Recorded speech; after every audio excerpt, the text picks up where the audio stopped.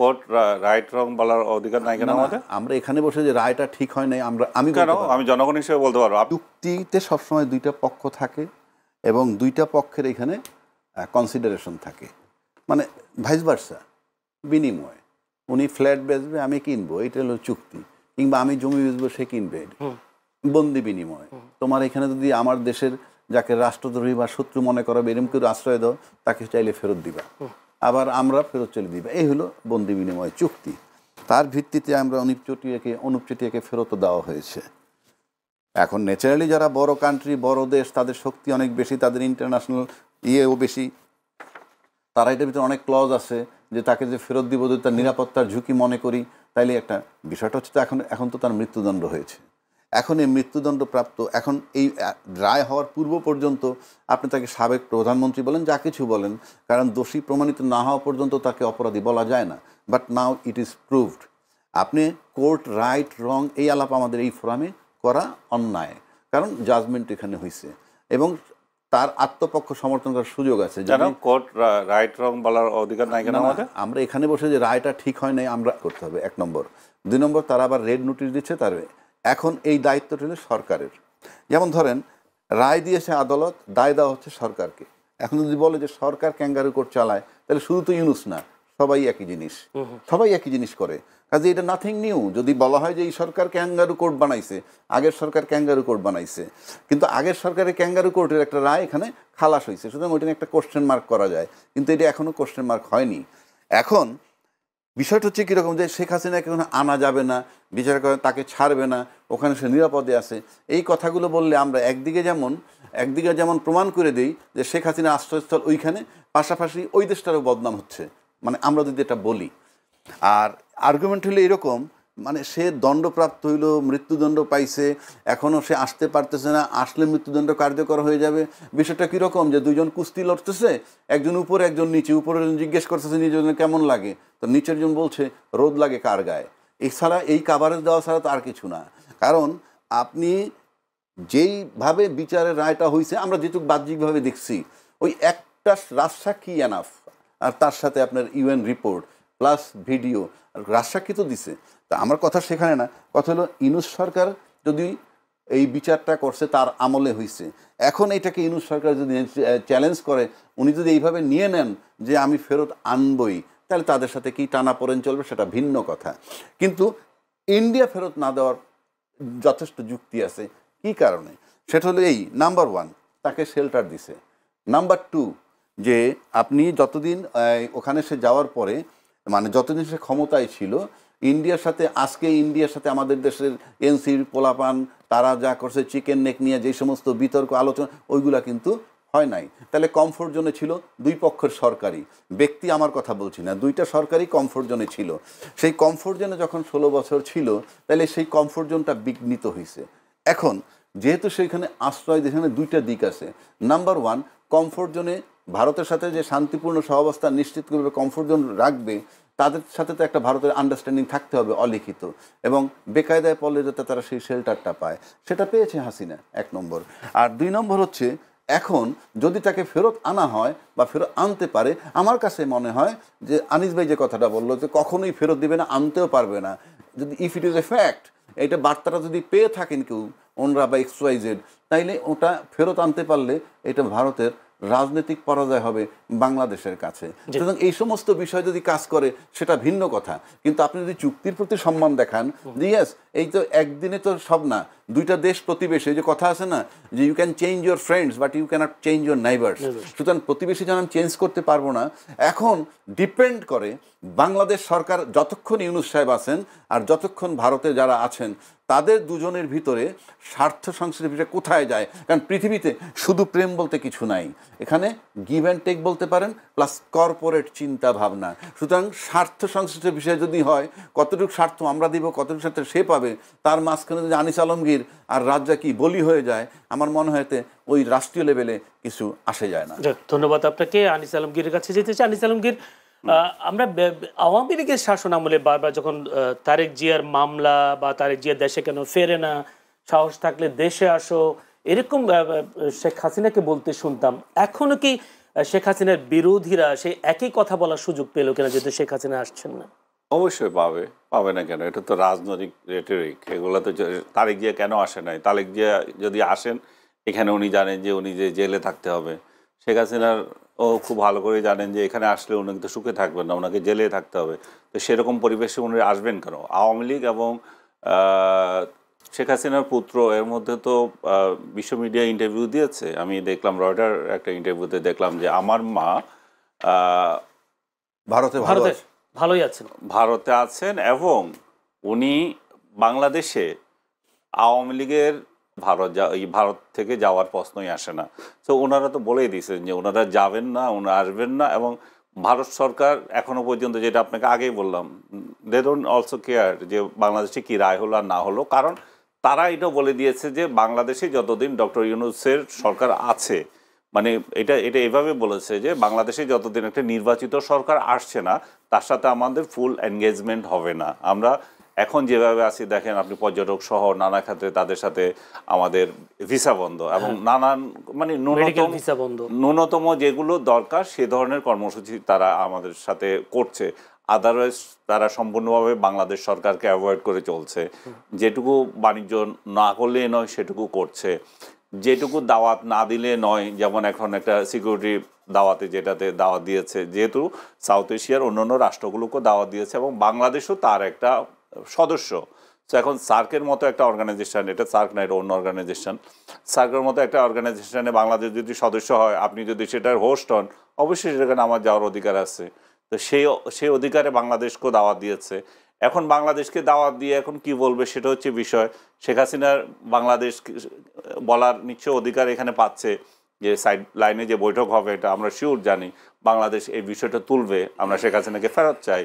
আর তাদের তরফ থেকে তাদের যে কনসার্নগুলো আছে তারাও সেটা জানিয়ে দেবে এবং শেখ হাসিনাকে দেবে কি না দেবে সেটাও একটা ভালো জবাব তারা নিশ্চয়ই সেখানে দিয়ে দেবে। আমি একটা প্রশ্ন আপনাকে করি, সেটা হচ্ছে আমার একটা প্রশ্ন জানার ইচ্ছে, শেখ হাসিনাকে ভারত যেভাবে আশ্রয় প্রশ্রয় দিয়েছে, ভবিষ্যতে এরকম বিএনপি বা জামায়াতের কাউকে আশ্রয় দেওয়ার কোনো সুযোগ আছে কিনা ভারত? প্রথম একটা প্রশ্ন। দ্বিতীয় প্রশ্ন হচ্ছে, শেখ হাসিনাকে বলতে শুনতাম যে আমি ভারতকে যা দিয়েছি তা কখনো ভুলতে পারবেন, তারই কি প্রতিদান দিচ্ছে ভারত শেখ হাসিনাকে আশ্রয় দিয়ে? হইতে পারে, আমি নিজেও তো এটা সমালোচনা করেছি। শেখ হাসিনা নিজেই বলেছেন যে আমি যা দিয়েছি সেটা ভারত আর দিতে পারে। এবং সত্যিকার অর্থে শেখ হাসিনার সরকার যতদিন ছিল ভারতের যত কনসার্ন ছিল সেগুলো পূরণ করেছে, ভারতের যত চাহিদা ছিল সেটা পূরণ করেছে। বাংলাদেশ যে পায়নি সেটাও বললেও মিথ্যা বলা হবে। বাংলাদেশ ভারত সব নিয়ে গেছে। এই যে প্রোপাগান্ডা করেছিল, ভারত তো ভালো করে একটা থাপ্পড় দিয়ে এই 5 আগস্টের পরে বুঝিয়ে দিয়েছে যে কি আমরা পেয়েছি। তারা যখন অনেক কিছু বন্ধ করে দিল, আমাদের এক্সপোর্ট যেতে দিচ্ছিল না, তাদের বন্দর ব্যবহার করতে দিচ্ছিল না, একটার পর একটা তারা দেখিয়ে দিয়েছে যে তোমরা যে বলে থাকো শুধু আমাদেরকে দিয়ে দিয়েছো, আমরাও যে কিছু দিয়েছি সেগুলো খেয়াল করো। এখন বাংলাদেশিরা বুঝছে যে ভারতও অনেক কিছু দিয়েছে। বাংলাদেশিরা এটাও বুঝেছে যে চুক্তিগুলো করেছে সেগুলো যে গোলামি চুক্তি বলা হয়েছিল, তার একটাও ডক্টর ইউনূস সরকারের সাধ্য নয় যে বন্ধ করেছে, এবং একটা প্রোপাগান্ডা করেছে বরং এই চুক্তিগুলো আমরা বাতিল করেছি। আসলে কিছুই হয়নি, ওই অর্থে বড় ধরনের কোনো চুক্তিই বাতিল হয় নাই, সব কিছুই আছে। তার মানে এখন আপার হ্যান্ডে আছে ভারত নিজেরাই বাংলাদেশের সাথে সম্পর্ক রাখছে না। আর আপনার যে প্রশ্নটা আসছে বিএনপি কিংবা জামায়াতকে এই ধরনের আশ্রয় দেবে কিনা, আসলে রাজনীতিতে কে কোথায় কি হয় সেটা তো বলা যায় না। বাট অ্যাপারেন্টলি মনে হয় যে বাংলাদেশ যদি এ ধরনের কোনো ঘটনা ঘটে তারা আশ্রয় দেবে না। তাদের আশ্রয় দেওয়ার জন্য পাকিস্তান তো আছে, পাকিস্তান তো নিজেই একটা বিনা ভিসায় আমাদের বহু কর্মকর্তা থেকে শুরু করে সবাই অ্যাক্সেস দিয়ে দিচ্ছে।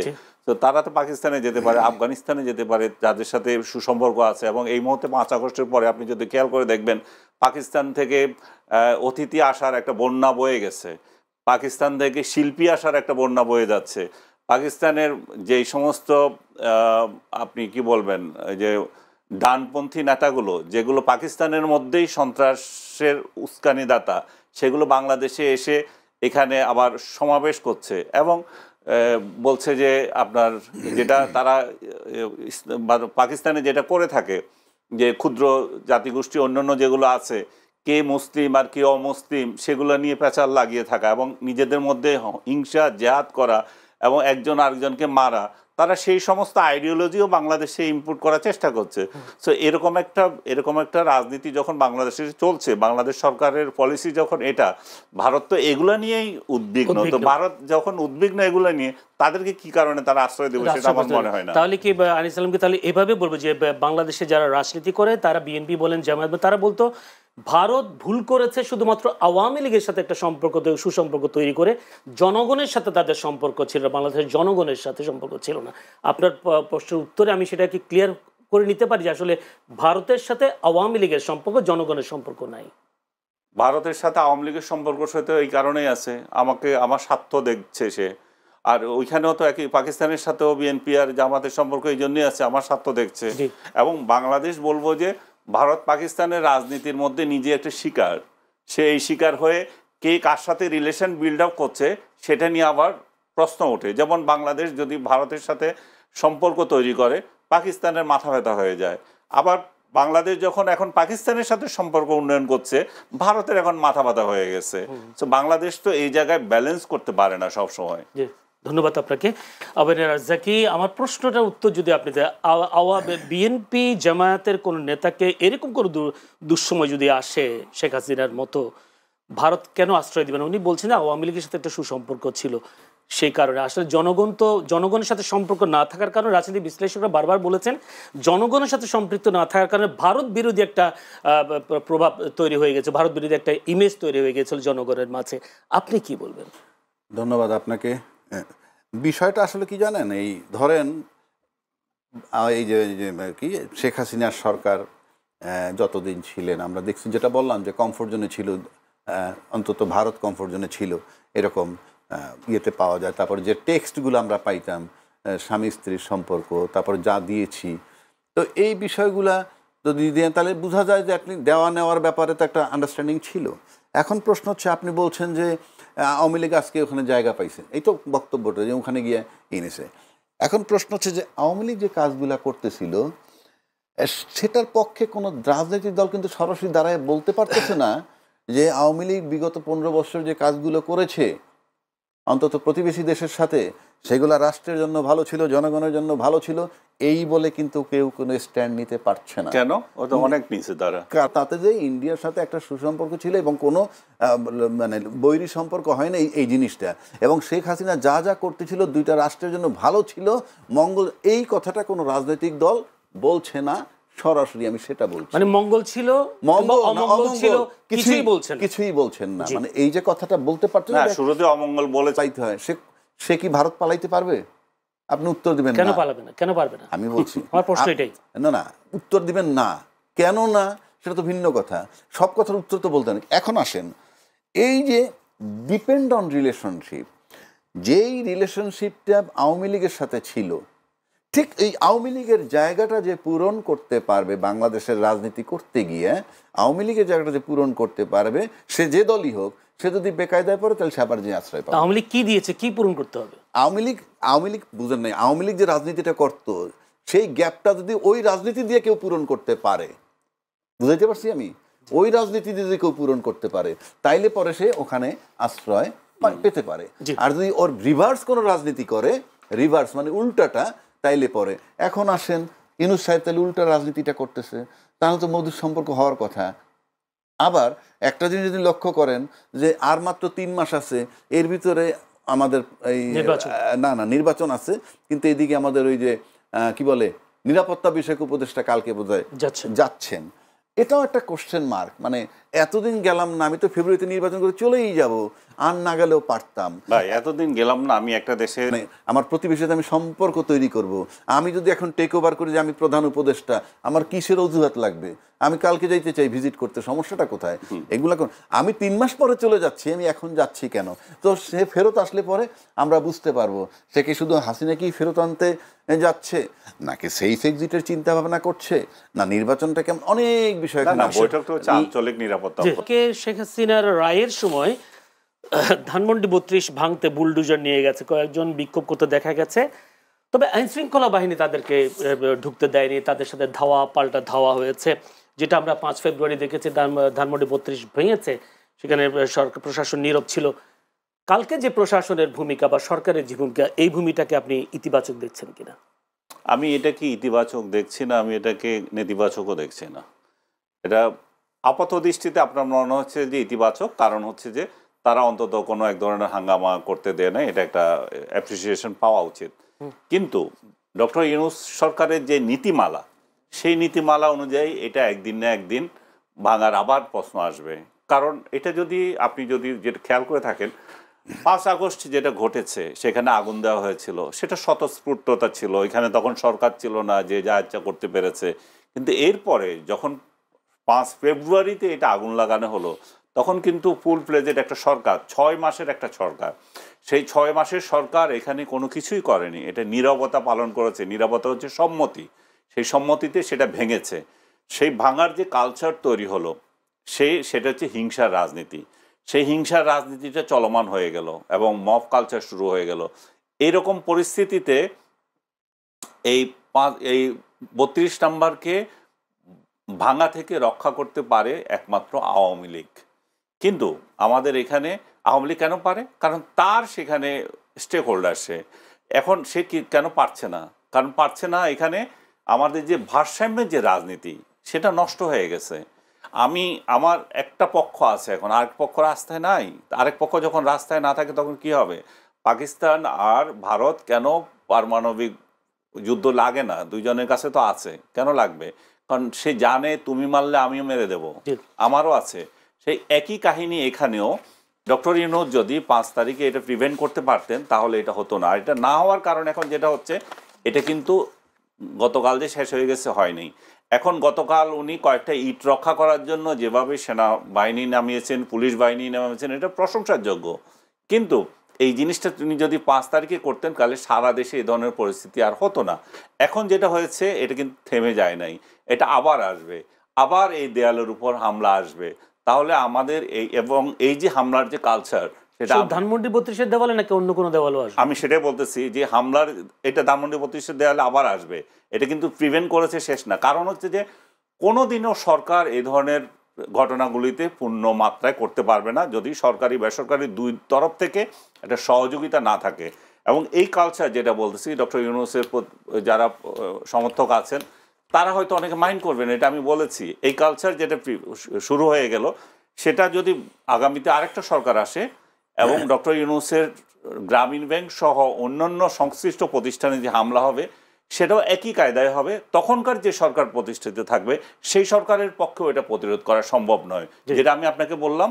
কারণ এই ধরনের যে কালচার, এই ধরনের যে অরাজকতা আমরা সমাজে সৃষ্টি করে দিয়েছি, সেটাও একমাত্র প্রিভেন্ট করতে পারে রাজনৈতিক আপনার প্রতিপক্ষের সাথে আপনার সম্পর্ক, আপনার ভারসাম্য কতটুকু আছে এবং আপনি কতটা সেখানে রোল প্লে করতে পারেন। এখানে তো রোল প্লে করছে না। এখন এখানে ডক্টর ইউনূসের প্রতি কেন এটা হবে জানেন?